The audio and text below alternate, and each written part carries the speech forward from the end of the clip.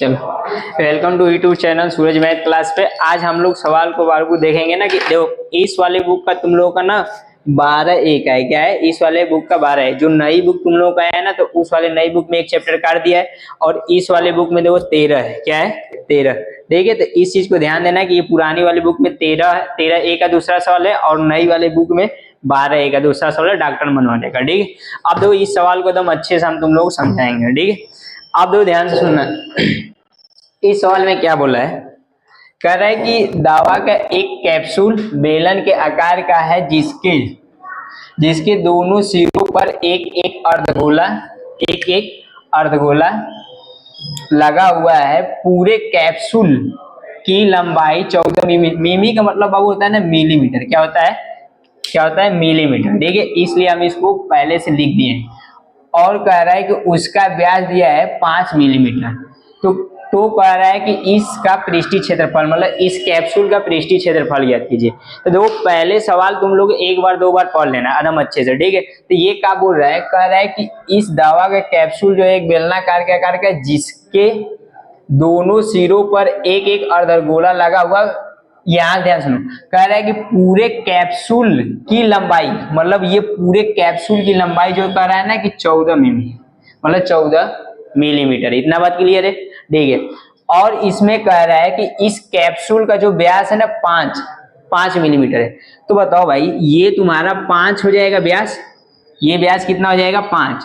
तो बताओ, इसका व्यास 5 हो जाएगा तो क्या इसका कह सकते हो कि त्रिज्या यहां से यहां तक त्रिज्या आधा इसका हो जाएगा। तो क्या r बराबर कह सकते हो कि 5/2 इसका त्रिज्या हो जाएगा? बोलो तो बताओ, 5/2 इधर भी त्रिज्या होगा तो 5/2 इसका भी त्रिज्या होगा।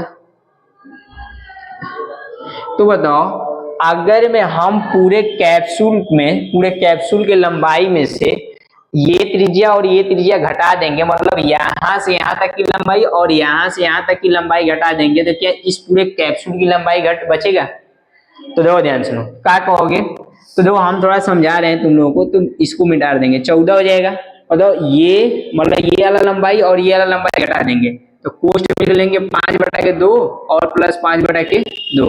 अब दो ये हो जाएगा 14। अब 5 दो किसी भी संख्या में जब अगर में हम लोग जोड़ घटाव करते हैं भिन्न में, तो उसका हर आपस में समान होता है तो ऊपर वाला जोड़ लेते हैं, घटा लेते हैं। अगर प्लस रहेगा तो जोड़ेंगे, माइनस रहेगा तो घटाएंगे। तो देखो, यहाँ प्लस है तो कितना हो जाएगा? 10/2, 2 5 10। बताओ, ये क्या हो जाएगा तुम्हारा? 5।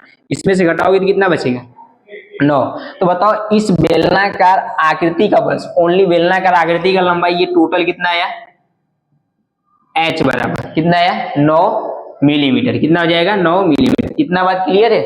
ठीक है, अब बताओ, अगर मैं इसका ऊंचाई तुमको मिल गया और बताओ इसका त्रिज्या मतलब बेलन की त्रिज्या और जो अर्धगोला लगाया है उसकी त्रिज्या आपस में बोला इसमें नहीं है, बट लगभग आपस में बराबर, इसको मान कर चलना पड़ेगा। ठीक है, तो ये इसका दोनों की त्रिज्या आपस में क्या रहेंगी? बराबर। तो क्या r बराबर हम लोग ऐसा नहीं कर सकते हैं कि r बराबर 5/2 हो गया और h का मान कितना आया है? 9, ये मिलीमीटर हो जाएगा। इतना क्लियर है? तो कह रहा है कि इसका संपूर्ण पृष्ठीय क्षेत्रफल मतलब पृष्ठीय क्षेत्रफल का मतलब बाबू ये होता है ना कि जो बाहर से स्पर्श कर सके उसी को हम लोग पृष्ठीय क्षेत्रफल कहते हैं। तो ये बताओ, जैसे कि मान लो तुम लोग समझने के तौर पे ऐसा कर सकते हो, ध्यान सुनना, एक वीडियो में तो ऐसा हो गया था, जैसे बाबू इसका पृष्ठीय क्षेत्रफल का मतलब जो कैप्सूल मान लो एक माने से है तो इधर भी स्पर्श कर सकते हो, इधर भी स्पर्श कर सकते हो। तो बताओ, ये अंदर का जो रहेगा, दो थोड़ा सा एक रब दो, तो जैसे ऐसे समझो, देखो ये चीज है तुम लोगों का ना, ऐसा है। देखिए, तो बताओ, जब इसका संपूर्ण पृष्ठीय क्षेत्रफल निकालोगे तो ये भी आएगा, बट तुमको इसके साइड अर्धगोला और इसके साइड अर्धगोला लगाया तो ये ढक जाएगा और ये भी ढक जाएगा। बताओ, ये और ये दोनों ढक जाएगा, तो बताओ ये बेलन का वक्र पृष्ठीय क्षेत्रफल बचा। और इधर से क्या करोगे कि बताओ, जब इस पे अर्धगोला रखोगे तो उसका भी क्षेत्रफल ढक जाएगा। दो तो एक और दो। जैसे ध्यान सुनो, जैसे अगर मैं मान लो एक माने से ऐसे करेंगे तो मान लो इसका क्षेत्रफल और इसका क्षेत्रफल है नहीं, बट ऐसे करोगे तो ढक जाएगा कि नहीं? तो बताओ बचेगा क्या? ये बाहरी वाला हिस्सा बचेगा बाहरी वाला हिस्सा मतलब ये बचेगा। अर्धगोले का बाहरी वाला हिस्सा ये होता है 2πr²। क्या होता है? 2πr²। बताओ कौन लोग लगे हैं? एक लोग इस साइड लगा है, एक लोग इस साइड लगा है, तो बताओ 2 लोग हो जाएंगे। तो जैसे तुम लोगों को बोलता है कि मान लो एक गुल जामुन का दाम 10 रुपया है, तो 2 गुल जामुन का दाम कितना होगा? 20 रुपया होगा। होगा कि नहीं? वैसे ही अगर मैं एक अर्धगोले का अगर पृष्ठीय क्षेत्रफल अगर मैं πr² 2πr² होगा, 2πr² होगा, तो बताओ कितना लोग हैं? एक लोग इधर है, एक लोग इधर है, बताओ इधर भी हो जाएगा 2πr²।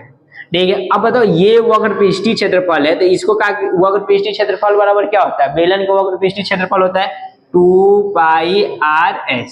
तो बताओ ये क्षेत्रफल और ये क्षेत्रफल आपस में जोड़ देंगे तो क्या इस कैप्सूल के, दवा के कैप्सूल का पृष्ठीय क्षेत्रफल निकल जाएगा?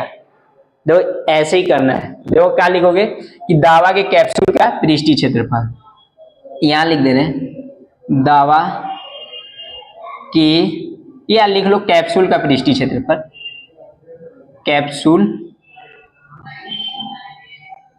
का पृष्ठीय क्षेत्रफल, पृष्ठीय क्षेत्रफल। दो पृष्ठीय क्षेत्रफल का मतलब क्या हो जाएगा? देखो हम यहाँ लिख रहे हैं क्योंकि इधर उसके सामने है, यहाँ से लिख दे रहे हैं। तो बताओ इसमें क्या करोगे? कह दोगे कि बेलन का वक्र पृष्ठीय क्षेत्रफल और 2 अर्धगोलों का पृष्ठीय क्षेत्रफल। तो यहाँ वही चीज लिखोगे कि बेलन का वक्र पृष्ठीय क्षेत्रफल, वक्र पृष्ठीय क्षेत्रफल, और प्लस का लिख लोगे 2 अर्धगोले। दोनों समान है तो इसलिए लिखोगे 2 का गुणा कर लो, 2 अर्धगोले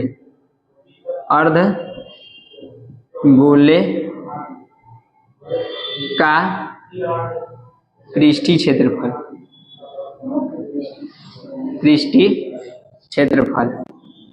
आप देखो ध्यान सुनना, तुम लोगों के दिमाग में चल रहा होगा कि सर जी वक्र पृष्ठीय क्षेत्रफल क्यों नहीं लिखे?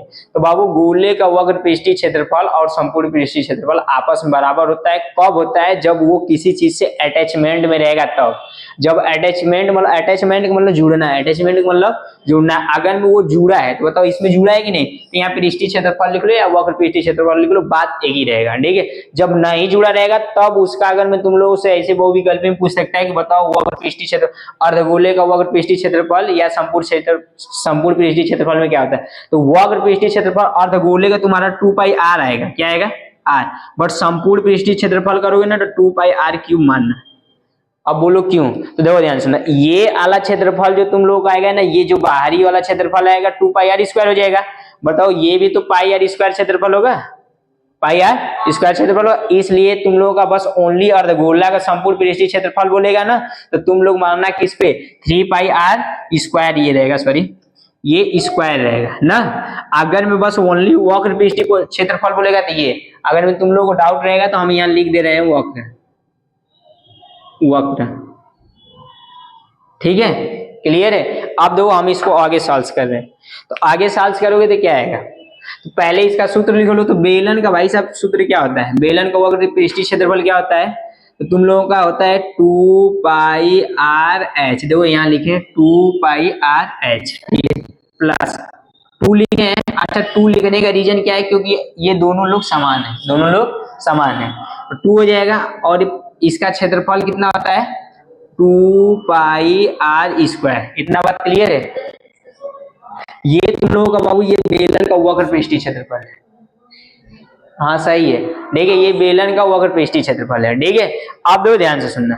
अगर मैं इससे एक बाबू बोल रहा था कि वो ये नहीं होता है बाबू, यही होता है। ठीक है, आप दो ध्यान से सुनना, यहाँ सबका मान रखते जाओ। दो 2 हो जाएगा।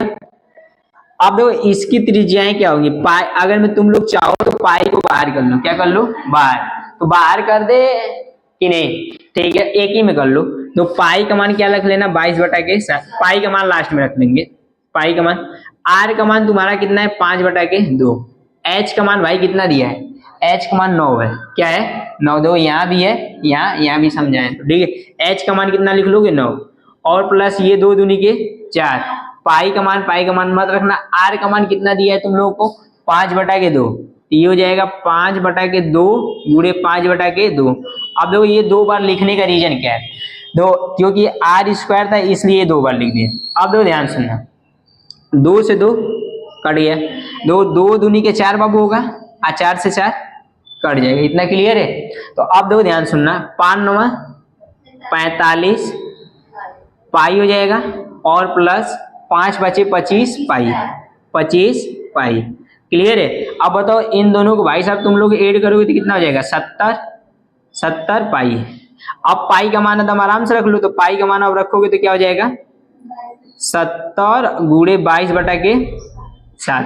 क्लियर है। 7 दाम में बाबू 70। अब 10 का गुणा 22 में करोगे तो कितना आ जाएगा तुम लोगों का, 220।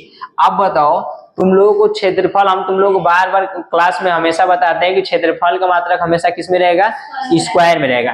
अब किस में दिया है, जिसमें दिया रहेगा उसमें। तो बताओ मिलीमीटर में दिया है, इसमें दिया है मिलीमीटर, तो ये मिलीमीटर में दिया है तो इसको लिखोगे मिलीमीटर स्क्वायर। अगर ये सेंटीमीटर में देता तो सेंटीमीटर स्क्वायर। बात समझ रहे हो कि नहीं। जिस चीज में दिया रहेगा उस चीज में करोगे। तो यहाँ क्या लिख लेना, मिलीमीटर स्क्वायर। ये कैप्सूल का तुम लोगों का पृष्ठीय क्षेत्रफल है। ठीक है, क्लियर है। ठीक है ना। अब देख लेना, अब इसके बाद अगला सवाल हम लोग देखेंगे। ठीक है, ठीक है। तो आप देख लेना ये सवाल कैसा रहेगा। अगर मैं अच्छा लगेगा तो लाइक सब्सक्राइब करना। ठीक है।